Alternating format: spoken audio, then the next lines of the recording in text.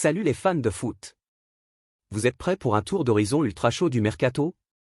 Aujourd'hui, on parle d'un gardien français qui affole la Premier League, d'un crack belge qui débarque en Serie A, d'un Kolo Muani qui fait tourner les têtes, et même d'un possible double transfert pour Nottingham Forest. Installez-vous confortablement, aimez la vidéo si vous kiffez le mercato, abonnez-vous si ce n'est pas déjà fait, et c'est parti pour un concentré d'infos croustillantes. Newcastle s'intéresse à Lucas Chevalier, le gardien du LOSC, déjà ciblé par Aston Villa et le PSG. Une belle offre pourrait faire bouger les lignes. L'avenir de Lucas Chevalier est toujours incertain. Déjà ciblé par Aston Villa, le gardien du LOSC, auteur d'une saison remarquée avec 48 matchs toutes compétitions confondues et des moments marquants contre des cadors européens en Ligue des Champions comme le Real et l'Atlético Madrid, suscite désormais l'intérêt de Newcastle.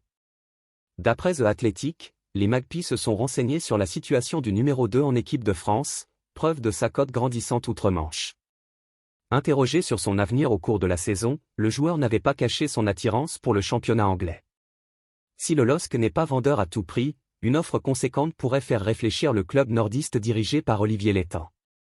En France, Chevalier est également suivi de près par le Paris Saint-Germain, qui en ferait sa priorité en cas de départ de Gianluigi Donnarumma.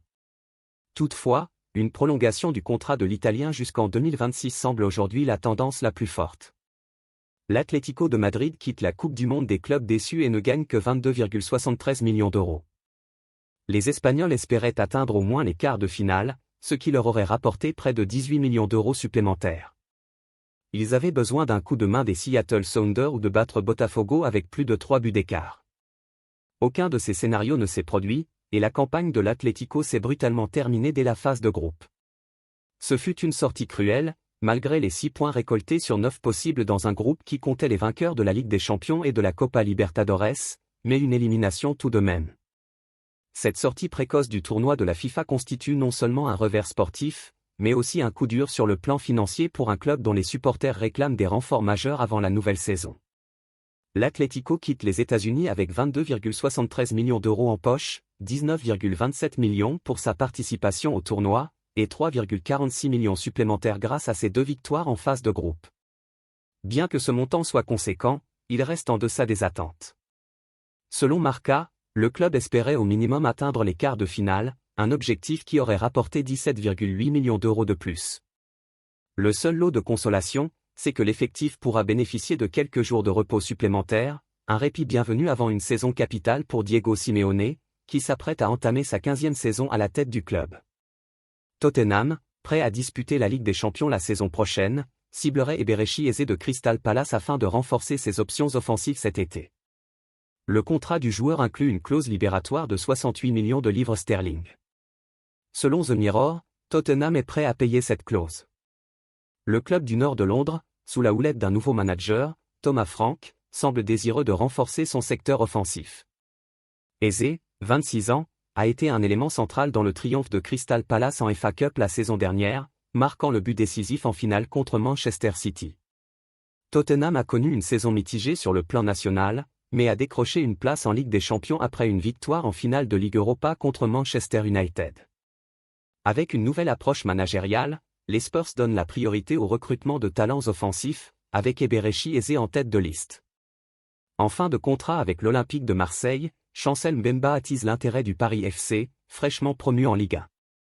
Le défenseur congolais, en rupture avec l'OM après des tensions internes, quittera officiellement le club le 30 juin. Selon Foot Mercato, le Paris FC a entamé des discussions avec l'ancien joueur du FC Porto dans l'optique d'en faire un pilier de son nouveau projet. Racheté par la famille Arnaud et soutenu par Red Bull, le club francilien affiche de grandes ambitions à moyen terme, tout en souhaitant se stabiliser dans l'élite. Mbemba, avec son expérience de la Ligue 1 et son profil de leader, coche les cases recherchées par le PFC, à l'image de Moses Simon, recruté pour 7 millions d'euros à Nantes. Reste à savoir si l'ancien Marseillais choisira cette option, lui qui prend le temps d'évaluer ses opportunités avant de trancher. Après une décennie à être le leader statistique et spirituel de Manchester City, Kevin De Bruyne entamera la saison 2025 à 2026 avec un nouveau défi sous les couleurs de Naples. Le vétéran belge a accepté un ultime challenge chez le champion de Serie A, écartant d'autres offres peut-être plus lucratives et moins exigeantes sportivement. Selon The Athletic, sa décision trouve sa source dans son instinct de compétiteur. Il semblait se diriger vers le Chicago Fire, mais la possibilité de rejoindre un club aussi historique que Naples, de jouer la Ligue des Champions, d'être entraîné par Antonio Conte et de retrouver des stars comme Romelu Lukaku a tout changé. Le média souligne également que De Bruyne nourrirait un esprit de revanche envers Manchester City, voulant briller au plus haut niveau pour prouver à son ancien club qu'il a eu tort de ne pas lui proposer de prolongation. Porté par ce feu intérieur, Naples pourra profiter d'un joueur de 33 ans toujours très convoité. D'autres clubs européens comme la Juventus ou Galatasaray s'étaient intéressés à lui avant que son transfert ne soit finalisé. Depuis quelques jours, les spéculations vont bon train concernant l'avenir de Randal Kolo Muani. Actuellement en prêt à la Juventus en provenance du PSG, l'international français serait dans le viseur de Chelsea, désireux de renforcer son attaque après une saison décevante. Face à ces rumeurs insistantes, le joueur a pris la parole pour la première fois, laissant clairement entendre où se situe sa préférence. Interrogé depuis le camp d'entraînement de la Juventus, Kolo Muani n'a pas tourné autour du pot. « Je ne sais rien à propos de Chelsea, je reste concentré uniquement sur la Coupe du Monde », a-t-il déclaré. Avant de poursuivre, « Si cela ne tenait qu'à moi, je resterais ici. Je suis très heureux à la Juve, je m'y sens vraiment très bien. » Ces propos résonnent comme une déclaration d'amour envers le club italien, actuellement engagé dans des discussions avec le PSG pour rendre permanent le transfert de l'ancien joueur de Francfort. Pourtant, Chelsea, à la recherche d'un attaquant performant, aurait déjà pris contact avec le club parisien. Pour la Juventus, conserver Kolo Muani serait un coup fort sur le marché, et un message envoyé aux autres prétendants. Pour Chelsea, cela représente une opportunité à ne pas laisser filer. Mais l'état d'esprit affiché par le joueur ne plaide pas en faveur d'un départ pour Londres. Les prochaines semaines seront donc décisives. Le PSG devra trancher entre une offre attractive de Chelsea et la volonté affichée du joueur de poursuivre à la Juve. Finalement, la balle semble désormais dans le camp des dirigeants parisiens. Le feuilleton Kolo Muani pourrait ainsi connaître rapidement son dénouement, à moins d'un revirement spectaculaire. Selon le journaliste Fabrizio Romano, Nottingham Forest a entamé des négociations avec la Juventus au sujet d'un double transfert potentiel concernant Timothy Weah et Samuel Mbangula. Les négociations continuent, aucun accord n'a encore été conclu et une indemnité de transfert de plus de 20 millions d'euros est en cours de discussion. Les deux clubs poursuivent les échanges sur la structure financière du transfert, tandis que les conditions personnelles des joueurs doivent encore être définies. Nottingham Forest semble optimiste quant à la réalisation de la transaction, même s'il doit faire face à plusieurs obstacles contractuels. Timothy Weah, qui a eu du mal à trouver la régularité à Turin, est considéré comme une option polyvalente capable d'apporter de la profondeur sur le flanc droit.